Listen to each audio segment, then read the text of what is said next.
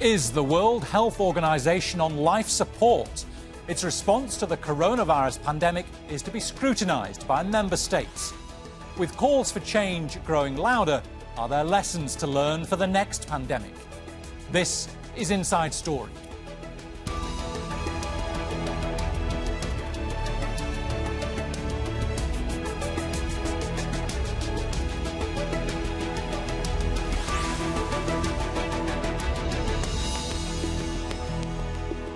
Hello, welcome to the programme.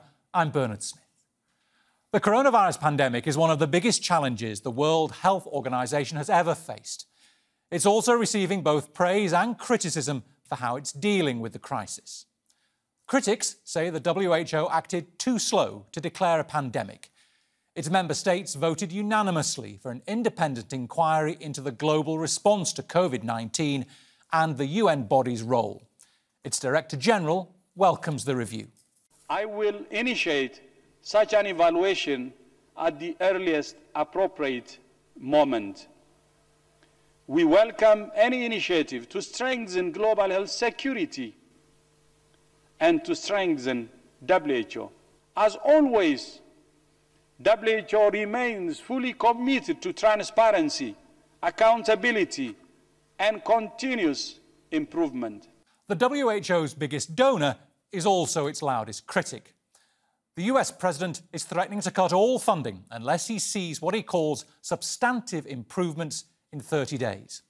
Donald Trump says the organisation has failed to hold leaders in China to account, even though he himself praised both the WHO and the Chinese government at the start of the outbreak.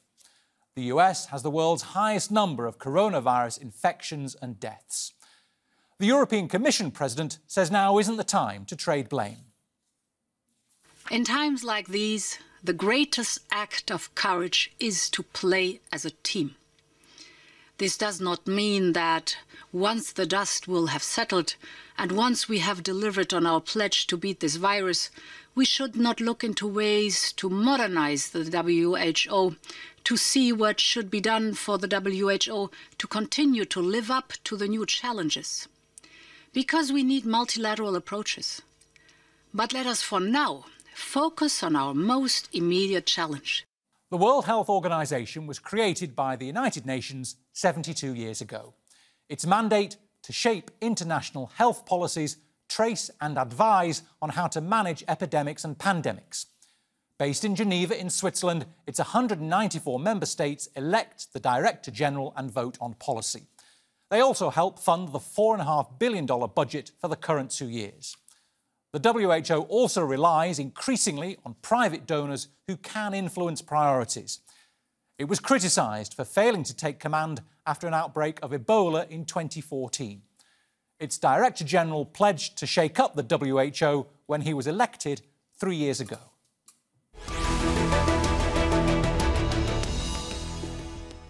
Let's bring in our guests. From Burnaby in British Columbia in Canada is Kelley Lee, a Professor of Global Health Policy at Simon Fraser University.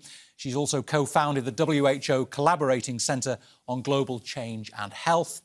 From Duluth in the United States, Jeremy Yude, a specialist in global health politics and the Dean of the College of Liberal Arts at the University of Minnesota. And in Johannesburg in South Africa, Dr. Regina Osi is a medical doctor and infectious disease specialist at the Aurum Institute. Welcome to you all. If I can start with you, Kelley, has the WHO struggled with managing the coronavirus pandemic, or are its members just not listening? Well, WHO has done what it is designed to do. And at the early stages, we will need to find out whether it's done it in a timely manner. But essentially what it's designed to do is to collect intelligence about outbreaks and then share that information with member states. And it advises those member states on what it should do in response. Now, the question is, did it do it in a timely manner? And did member states respond in a timely manner? Those are the questions I think we need to ask. Jeremy, what do you think? Has the WHO responded in a timely manner to the coronavirus outbreak? Yeah, I think Kelley's absolutely right in that the WHO can't mandate policy. It can't force states to do anything, but it can be there to bring in information, but then also to disseminate that information and provide it out to member states What those member states then decide to do with it is up to them. And so far, it seems like they've done, as Kelley pointed out, they've done kind of what they're designed to do. Whether or not that's been the most effective is something that I think will be really important to figure out as we do this independent review after the pandemic passes. And in South Africa, how has the how has the WHO's response to the coronavirus been seen there, Regina? Well, I think that generally the WHO in countries that have less resources is seen as a provider of normative guidance, guidelines, tools, and things that people can use to be able to improve their responses. And I think that from that perspective, the WHO has fulfilled its mandate. There are lots of different tools available on its website. It has provided information on how best to manage. And of course, as the other panelists said, it's up to the countries to figure out what they want to do. Typically, South Africa is quite, in terms of health, is quite a resource-rich environment because of a lot of civil society and experts in health and research who are already working and practicing here. So we also have our own key opinion leaders that we listen to and who are generating models that are specific to South Africa. However, for other countries where this is not available, the WHO is a crucial part or cog in the wheel that allows for public health response. Kelley, there has been criticism of the WHO that it's been too deferential perhaps to China, that it's not exercised leadership right at the start of all of this, and it was slow to call it a pandemic because of fear of China. Is that a fair criticism? Well, we'll find out, I think, with this investigation. I think what's important to recognize is that WHO has to work with consensus with member states. It cannot enforce a lot of its decisions. It has to work and get cooperation. So what seems like deferential behavior towards China is probably diplomacy in action, trying to get the Chinese to cooperate as much as possible, provide information, and to really, work with WHO. WHO is very reluctant to call out member states. It's traditionally been very, reticent to do that. And I think that's what we've seen. So others have perceived that as being too deferential. That's just WHO in action. Jeremy, we talked there, Kelley mentions how the WHO is reluctant to call out states, but in a pandemic like this, don't you need to be more assertive? It's one of the quandaries that an organization like the WHO faces because it doesn't have all that same sort of leverage. It can't sanction states. It can't threaten to invade states. It doesn't have those sorts of tools of diplomacy. So what it can do is it can think, OK, we could name and shame the state. We could publicly call it out and chastise it. Or we could try to have a more cooperative relationship. And when you've got a country where a pandemic seems to be starting, I think the calculation that the WHO made was it's probably going to be to our advantage. We're probably going to get more and better information from the Chinese government if we are working with them, if we are trying to provide a tool. And so I completely understand the criticism. I just don't know that given the structures of the WHO and the powers that the member states have given to the WHO, I don't know how much more it was going to be able to force China to do anything and to take other sorts of actions. Regina, would you want to see a more assertive WHO? Do you see where the criticism has been coming from? I think, there's always criticism, and I think there are always things that can be modified. I think that the investigation will be welcome. And, organizations have to grow and evolve as things change. When the WHO started out, there were very few diseases that it was taking care of. Now there's HIV, there's TB, people's life expectancies have come out. There's non-communicable diseases that have increased in many countries that rely on the WHO. So yeah, it's become a massive undertaking. And I think that it's always good to re-examine what the purpose is and how best to achieve that. However, I do like the aspects that member states are invited for collaboration and are also that it's an inclusive body, but that it's not necessarily coercive. And I think that that's something that is to be appreciated when you're at the receiving end of some of the advice. I think that a lot of countries are able to make their own decisions and decide how they want to address certain issues within their countries and within the boundaries of their context. And I think that that's completely acceptable for many places. Kelley, through the international health regulations, the WHO has got, hasn't it, some more authority to sort of demand of states why it's doing this, why it's putting travel restrictions in here, why it's stopping people going from A to B. It hasn't really used those tools, do you think, has it? Could it use those more effectively? Has it been too timid? The international health regulations is a very important instrument. It's a legal treaty that member states sign up to, and they are obliged to comply with. And there hasn't been a lot of compliance with it in this outbreak. So yes, WHO could, call out member states, as we discussed already, and request that countries comply. But there's no enforcement mechanism. And this is what we've just sort of mentioned, that there isn't, say, an equivalent of what the World Trade Organization has, which are countermeasures. So if a country decides that it doesn't want to comply with a decision of the WTO, then what happens is that there are countermeasures. There are tariffs imposed on a country that isn't complying. WHO doesn't have that kind of enforcement mechanism. So the question is, do we need to give WHO more teeth, more sort of maybe carrots and sticks that will make member states comply? So it's kind of unfair to ask WHO to sort of use methods that it actually doesn't have the capacity to do. Jeremy, the WHO does generally get praise for its medical expertise, its scientific guidance, but tries to avoid the politics. But health is political, isn't it? I mean, should it have more teeth, the WHO? Sharper teeth? You're absolutely right. Health is inherently political. And that's one of the reasons that I think Tedros, the current Director General, one of the things that he was able to campaign on when he was campaigning for this position is that not only does he have this health background, but he also served as the foreign minister of Ethiopia. So he has both sort of the health side of things and the political, the diplomatic side of things. And on a personal level, yes, I think that giving more teeth to the WHO would probably be a good thing. But at the same time, we have to recognize that to do that, it means that states would be giving up some degree of sovereignty, perhaps. And their willingness to do that is something that we haven't yet seen. And the WHO is ultimately a creature of its member states, and the member states are the ones who make the decisions about what powers they want to give or not give to the organization.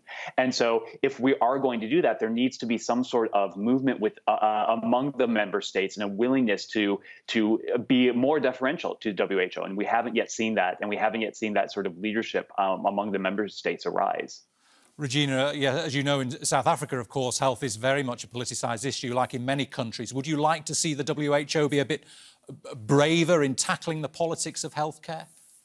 Well, I think it's a balance. I think that you also want to drive political will internally and not have it as a stick coming from external sources. I think that the biggest, most successful countries that we have, especially in the developing world, is where the actual politicians and the people in charge have decided that health is a priority and have been able to push that with the help of tools and expertise they get from the WHO. So I think it's a bit risky to become a bit too politicized and also to try to enforce things too radically, because I think that could also put some people off, and you could lose the ground or the footing that you had in countries where maybe there be some tenuous political environments and you've been trying to navigate those while obviously keep focusing on the health of the population, and all of a sudden you're no longer invited in and people suffer. So I think those are the considerations that the WHO also has to, and the international community at large usually has to take into consideration in order to make decisions like that. Kelley, is the WHO trying to do too much at the moment? Its original remit was women's and children's health, nutrition, sanitation, malaria, TB, and now it's involved in GM foods, climate change, road safety. Should it narrow again its focus? Yeah, that's a perennial question. I think it should, but the question is, what do we drop? So it does everything from AIDS to Zika, as I often describe. And, the question is, what is less important? And that's when it gets really difficult, because all of these issues are very important. And it's a World Health Organization. It's not a World Disease Organization. So what it means is that it has to, fulfill a mandate that is very broad. And if you look at the Constitution, it really set out a very broad definition of health, not just the absence of disease. So we're thinking about, health in a very broad social determinants of health way, but also for 194 countries, which are very, very diverse. So we have a huge menu of things to do. this has been a big challenge for WHO. And, there's been lots of discussions about how do we narrow this? How do we set priorities? It's very, very difficult. And the budget ends up being stretched extremely thinly. Jeremy, AIDS to Zika is a good way of describing it. Does the WHO, is it trying to do too much? It has a ton on its plate, and there's increasing expectations that the WHO takes on more and more, but it also doesn't have the resources to do all of that. And as you point out in the introduction, a lot of the resources that are coming to WHO these days are coming from donors who are specifying specific purposes. We will give you X number of dollars to work on this particular issue. And so not only do you have an organization that is expected to do more with a relatively small budget, but it has a decreasing amount of control over that budget because the donors are exercising their discretion over what they want that money to be spent on. And so, at some point there have to be some decisions. Either we need to give this organization more resources in order to take on this broader mandate, or we need to cut back the mandate. And then the question becomes, how do we decide what is considered less important or can be taken off the WHO's mandate, and where else would those sorts of issues go? And this comes into the question about the 194 member states that you have. Who's going to make those decisions? What sorts of issues are going to rise to the surface? Because the priorities for, say, the United States or for Canada or for the United Kingdom are not necessarily going to be the same as the priorities for, say, Brazil or Zimbabwe or Thailand. And so then you've got some conflicts that come up when you try to shrink the mandate of the WHO. Regina, a tighter mandate for the WHO, would that be what you would want to see, a more focus on specific things? Well, I think that there is a bit of overlap in terms of different international organizations that are providing support for different things and different diseases. But the WHO has always had a key role in taking care of health areas that are completely neglected by others and that are where little attention is being put on, for example, Buruli ulcer or a couple of other, neglected topical diseases. And I think that, as the others have said, it's going to be really difficult to understand which ones they should prioritize and which ones they shouldn't. I think that, the health needs of the countries are going to be very different. And there are lots of countries that really very highly rely on WHO for everything that they do get in terms of technical support. And therefore, those countries perhaps would need to be prioritized in terms of how we address which things that they can keep and which things they should drop. But I do think that, we should review the overlap and see whether there are other organizations that are providing similar help. But I think WHO, what we shouldn't forget is WHO has a mandate to convene and coordinate, which is something that is difficult to do if you're not mandated and if you're not part of this UN system. So you can be a private organization or another donor-funded organization, but this power to coordinate and convene should not be underestimated. And also, it's really good about giving us data and collecting data from countries, which really informs a lot of programming in many different areas. And I think that also, those functions should be retained in some way. Kelley, of course, there aren't only states that contribute to the WHO, it's increasingly reliant on private financing. Is that a worry as well? Bill and Melinda Gates Foundation, huge donors to the WHO, gives private groups opportunity to direct where the money goes, doesn't it? That's right. So the piper pays the, the piper who, how does that saying go? Whoever pays the piper plays the tune. That's it. And so what we have is an organization that really isn't in control of a lot of its budget. And so I think it's 75 to 80% of its funding comes from these extra budgetary contributions. So there's a big question about WHO's budget, how it's funded. It needs to have core resources to cover, things like keeping the lights on, but also providing those technical guidelines, those protocols that all member states rely on. And this is where it's less maybe attractive to funders, to donors. They like to give to maybe high-profile diseases, and this then skews the WHO budget towards certain causes.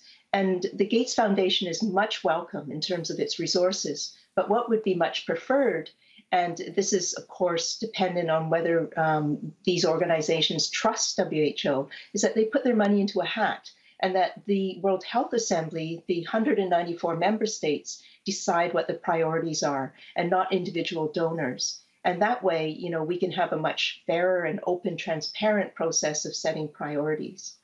Jeremy, do you think the WHO would have the power or the influence to say to its private donors, this money is going into a pot, we'll let the experts share it out? I think that could be a really interesting strategy for the WHO to take. And, you know, these extra budgetary funds, these voluntary contributions that WHO is receiving are not just coming from private donors, but they're also coming from member states as well. And there has been a question about that sort of political will. Do we try to put some sort of conditions on this, saying, okay, if you're going to give this specified contribution, certain percentage has to go into this pot, into the kitty that we can decide how we're going to prioritize this. You know, I think the other thing that comes up a lot when we look at the role of voluntary contributions and the role of private donors with the WHO is this question about whether that's allowing for the abdication of states to do what they're supposed to do. If there's just an expectation by governments that, oh, the Bill and Melinda Gates Foundation will be able to step in and will be able to make up this shortfall. And so there's a responsibility on the part of the member states that they, again, because this is ultimately an organization that is a creature of the member states, it's up to the member states to decide what sorts of regulations they want to put in place and how they want to make the regulations around the funding that WHO receives and how that gets spent. So there's definitely a role for WHO to play with the private organizations and trying to encourage them to give those funds into the core budget. But I think there's also a responsibility on the part of the member states to think about what sort of obligations do they have to the organization? What sorts of responsibilities do they have with their own contributions to WHO? Regina, what can you say we've learned from any lessons we've learned so far from the WHO's handling of the pandemic and how that might affect how a reformed WHO looks in the future? Well, I think that what's salient is that it seems like not everybody's satisfied with the way that WHO has handled it. So maybe there's not an understanding of what WHO should be doing within pandemics with the member states and what its role is. And maybe that needs to be clarified.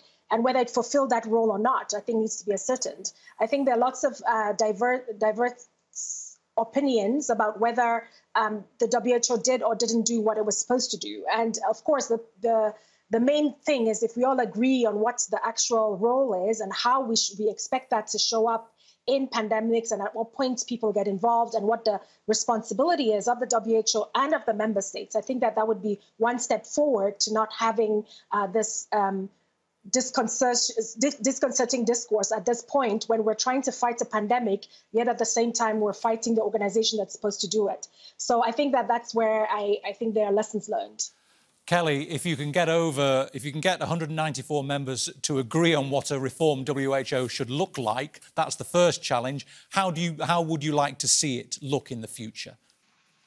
Well, we touched on some of these issues. One of them is to give WHO more teeth and to give it more authority and ability to challenge and to enforce some of its member states in terms of the legal obligations. The second is the budget. I think that needs to be sorted out. WHO has been starved for decades in terms of its funding. It's been very underfunded, underinvested in, and we need to look at that very carefully and how that money is used, how it's actually paid into the organization, and so on.